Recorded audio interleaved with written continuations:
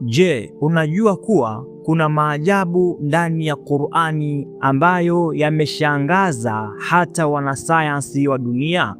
Kitabu kilichoteremshwa zaidi ya miaka 1400 iliyopita, lakini ndani yake kuna siri, elimu na ukweli ambao binadamu wameugundua baada ya karne nyingi. Leo tutajifunza maajabu makubwa ndani ya Qur'ani tukufu. Bismillahirrahmanirrahim. Kwa jina la Mwenyezi Mungu mwingi wa rehema, mwenye kurehemu. Qur'ani ni kitabu kitukufu kilichoteremshwa kwa mtume wetu Muhammad kupitia malaika Jibril. Allah amesema katika Qur'ani kwamba inna nahnu nazzalna dhikra wa inna lahu lahafidhun, hakika sisi ndiyo tulioteremsha Qur'ani na hakika sisi ndiyo tutakaoilinda. Hii inaonyesha kuwa Qur'ani ni kitabu kilicholindwa na Allah mwenyewe. Kwa hivyo, ajabu la kwanza, Qur'ani haijabadilishwa. Vitabu vingi vya zamani vilibadilishwa au kupotea, lakini Qur'ani imebaki ile ile tangu ilipoteremshwa. Mamilioni ya Waislamu duniani wanaikumbuka Qur'ani yote kwa kuisoma bila kuiangalia. Na Allah alisema ndani ya Qur'ani kwamba walaqad yassarna alqur'ana lidhikr fahal min mudakkir, hakika tumeifanya Qur'ani iwe rahisi kukumbukwa. Je, yupo atakayekumbuka? Hili ni ajabu kubwa sana. Lakini ajabu la pili, Qur'ani na sayansi. Ndani ya Qur'ani kuna ukweli wa kisayansi ambao watu wa zamani hawakujua kabisa. Mfano mmoja ni uumbaji wa mtoto tumboni. Allah amesema ndani ya Qur'ani kwamba thumma khalaqna nutfata alaqatan, kisha tukalifanya tone la manii kuwa kitu kinachoning'inia. Hii ilitajwa ndani ya Qur'ani karne nyingi kabla ya sayansi ya kisasa kugundua hatua za ukuaji wa mtoto tumboni. Karne nyingi kabla ya sayansi ya kisasa kugundua hatua za ukuaji wa tumboni, Qur'ani ilikuwa imeshaongea jambo hilo kuwa nutfatan, kuning'inia kwa mtoto, kuning'inia kwa manii. Lakini ajabu la tatu ni bahari mbili hazichanganyiki. Qur'ani pia imetaja jambo la kushangaza kuhusu bahari. Allah amesema ndani ya Qur'ani kwamba marajal bahrain yaltaqiyan bainahuma yarzukh la yabghiyan. Manake Allah ameacha bahari mbili zikakutana, lakini kati yao kuna kizuizi, hazichanganyiki. Wanasayansi leo wamegundua kwamba bahari tofauti zina mipaka ya maji ambayo hayachanganyiki kabisa. Hii ni moja ya ishara za ukuu wa Allah subhanahu wa ta'ala. Na ajabu la nne, milima kama vijingi. Qur'ani pia imetaja kuhusu milima. Allah amesema ndani ya Qur'ani kwamba waljibala autada, manake na milima tumeifanya kama vijingi.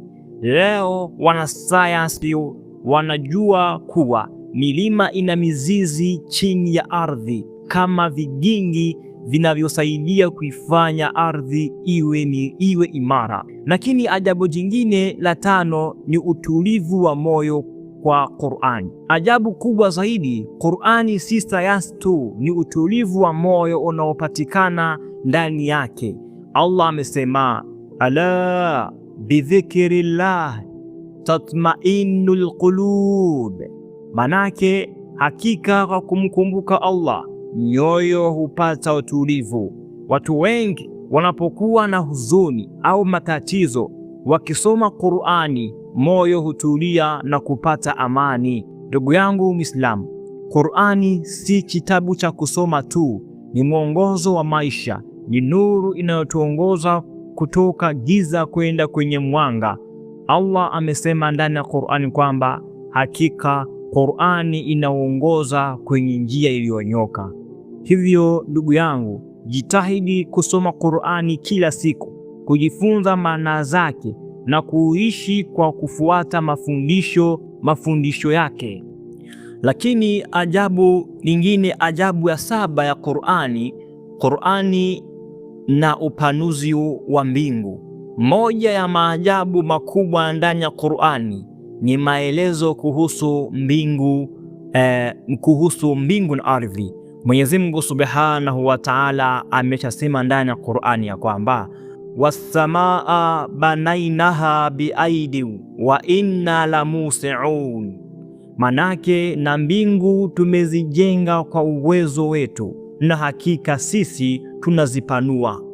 Wanasayansi wa leo wamegundua kitu kinachoitwa upanukaji wa ulimwengu.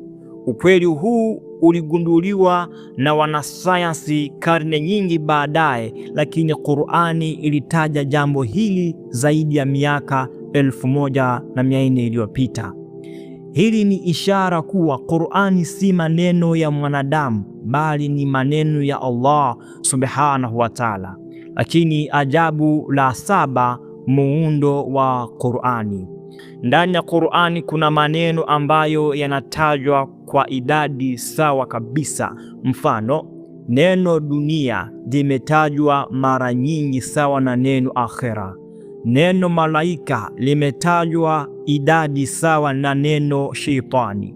Hii inaonyesha kuwa Qur'ani ina mpangilio wa ajabu sana ambao hauwezi kufanywa na binadamu. Ajabu la 8, athari ya Qur'ani kwa moyo. Moja ya maajabu makubwa zaidi ya Qur'ani ni nguvu yake kwa moyo wa mwanadamu. Allah amesema ndani ya Qur'ani ya kwamba lau anzalna hadha alquran ala jabal la ra'aytahu khashi'an mutasaddian min khashyati llah, manake kama tungeshusha Qur'ani juu ya mlima ungeona ukinyenyekea na kupasuka kwa kumcha Allah. Hii inaonyesha kuwa Qur'ani ina nguvu kubwa sana ya kiroho. Ndio maana watu wengi wanaposoma Qur'ani machozi huwatoka bila kujua. Lakini ajabu ya 9 ya Qur'ani inabadilisha maisha. Watu wengi duniani wamebadilisha maisha yao kwa sababu ya Qur'ani.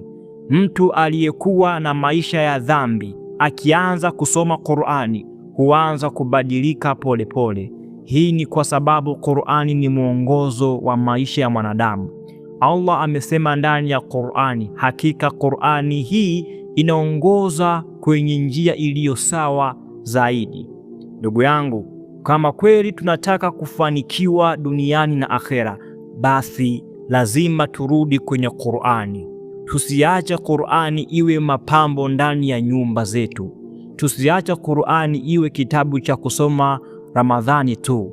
Badala yake tuisome Qur'ani kila siku, tujifunze maana zake, tuishi kwa kufuata mafundisho yake. Kama umefaidika na mawaidha haya, andika subhanallah kwenye komenti. Usisahau like video, share kwa Waislamu wengine, na usisahau kusubscribe kwenye chaneli ya Nurdin Media ili upate mawaidha zaidi ya Kiislamu. Wa ila huna, assalamu alaikum wa rahmatullah.